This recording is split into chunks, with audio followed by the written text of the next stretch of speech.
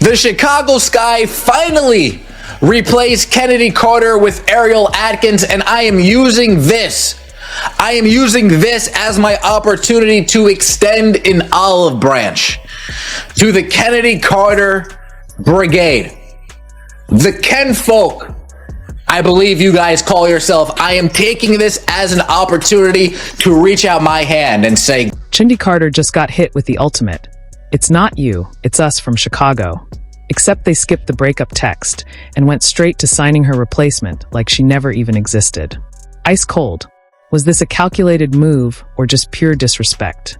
Buckle up. This drama is just getting started. Chennedy Carter is a player for nobody right now. Absolutely nobody. She is not playing basketball, and we've now got a situation where we've got one of the 15 best players in the world just not in the league. Chennedy Carter just got hit with a reality check hotter than a Chicago summer. And let's be real, it was only a matter of time. After a season of cheap shots, side eyes, and playing Caitlin Clark's personal villain, she's now the one on the outside looking in. And the Chicago Sky? They didn't just let her go quietly. They replaced her faster than a bad Wi-Fi connection. Atkins is a good guard. She's a solid player. But they had Chennedy Carter that they chose to not re-sign, who was one of the most explosive shooting guards in the league. I put her around 2 or 3. I mean, I'm right now playing with Caitlin Clark. I give Kelsey Mitchell the edge. Right now, I think Chennedy Carter is a better shooting guard than, say, Sabrina Ionescu, Kelsey Plum. So, I mean, she's right. Enter Ariel Atkins, a proven baller, a solid team player, and most importantly, someone who doesn't bring unnecessary drama every time she steps on the court. While Carter watches her WNBA future evaporate like spilled Gatorade on the hardwood, the Sky are already moving forward. And the fans? Completely split. Some are celebrating like they just hit the jackpot, while Carter's diehard defenders are acting like this is the biggest injustice since refs started missing obvious fouls. It's a mad one for me, because I'm like, this is, if this was a year ago, fair enough. But the Sky were willing to take her in. And look, I get it, maybe she wasn't the greatest in the locker room, but she was really good at basketball. Let's be real, Chicago wasn't subtle about this. They didn't just leave the door closed for Carter. They slammed it shut, locked it, and tossed the key. If that wasn't clear before, it definitely is now. Signing a new player before Carter even had a chance to plead her case? That's as loud as a statement gets. Do you have any regrets on how it happened and everything that's happened since then? I don't have any regrets with anything. I'm going to compete and play 100% hard no matter who it is, like I said, or who we're playing. No, I don't have any regrets. And really, is anyone surprised? Carter made it clear all season that she was more interested in playing the villain than helping her team succeed. The petty antics, the disrespectful attitude, it all added up. Sure, some people loved the drama, but WNBA teams aren't looking for reality TV stars. They want players who contribute on and off the court. Meanwhile, Ariel Atkins is stepping into Chicago with zero baggage and all the right energy. She's a player who makes an impact without making enemies. She plays smart, she plays hard, and imagine this, she actually respects the game. And while Carter's diehard fans are out here screaming about how unfair this is, the reality is simple. If you can't be a team player, teams won't keep you around. The Sky saw an opportunity to build a better, stronger squad without unnecessary distractions. And they took it. That's not a slight. It's just business. First glance, the Chicago Sky trading the number 3 pick in the draft to the Mystics for Ariel Atkins could feel like a little bit of a desperate move, right? Chicago desperate to compete right now with Angel Reese after her rookie season. Of course, Camila Cardoso's rookie season as well. So I get that. And it's a nice rebuilding move by the Mystics. So now the real question is, what's next for Carter? Because let's be honest, the WNBA isn't exactly lining up to sign her. She's officially a free agent, but that means nothing if no one's willing to take a chance on her. And after all the drama she stirred up, teams might decide she's more trouble than she's worth. This isn't just about talent. Carter can hoop, no one's denying that. But being a professional athlete is about more than just skill. It's about mentality, attitude, and understanding that basketball is a team sport, not a solo act. Right now, she's looking like the player nobody wants at the pickup game. And unless she does some serious damage control, this could be the end of her WNBA career. Due to Carter's behavior, which apparently went unchecked by former coach Teresa Weatherspoon. There was concern within the team regarding how re-signing Carter would impact the Sky's chances of landing other free agents. And likely this was a joint decision that was made between the GM and the new head coach, Tyler. Chicago, they're not looking back. They've moved on, and with Ariel Atkins in the mix, they're locked in on winning. Meanwhile, Chennedy Carter is left wondering where it all went wrong. Spoiler alert, it wasn't just one thing, it was a season full of them.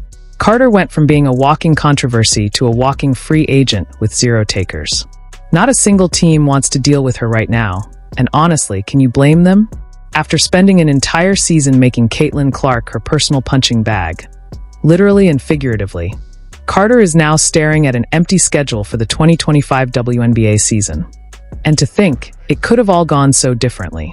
Maybe if she had spent less time trying to send a message to Caitlin and more time focusing on her own game, she wouldn't be in this situation.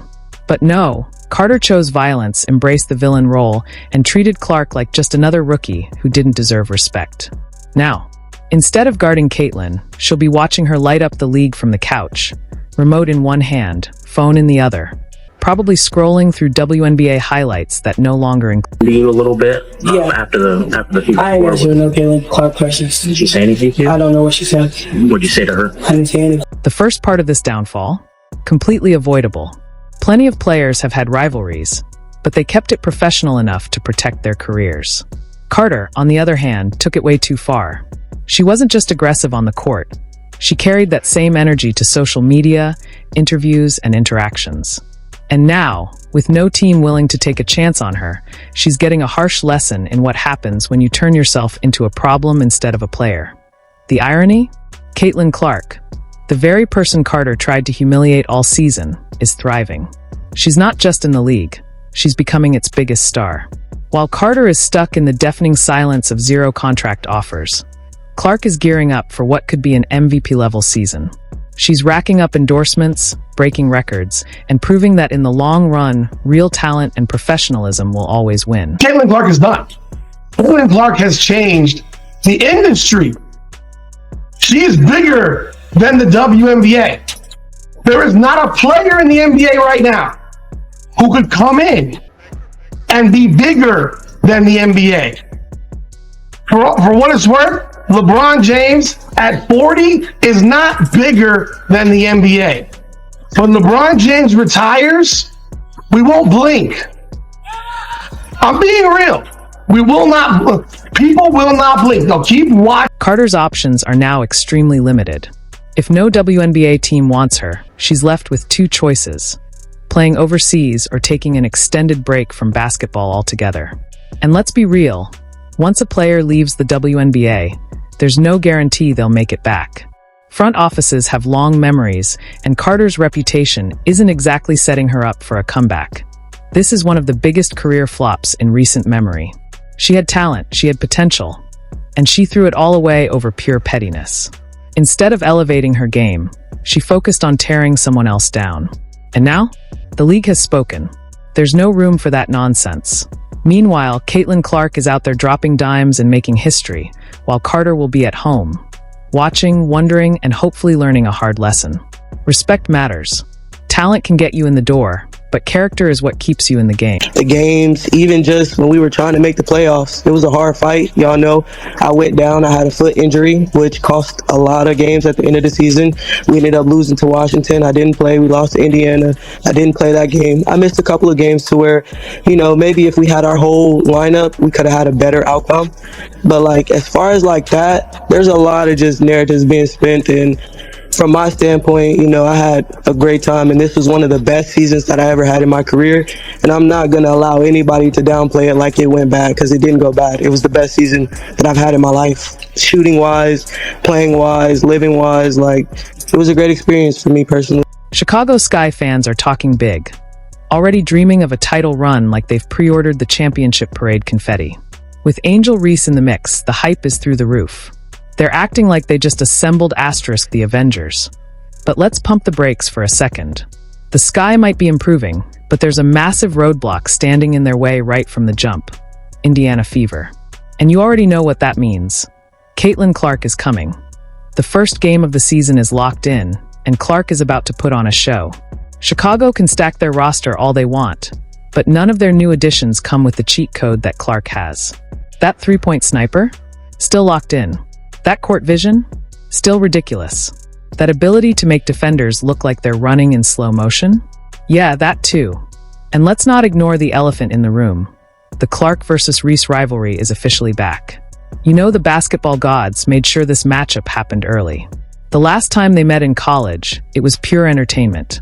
Now it's happening on the WNBA stage, with more talent, higher stakes, and a whole lot more eyes watching. The new look Chicago Sky are better than the Indiana Fever.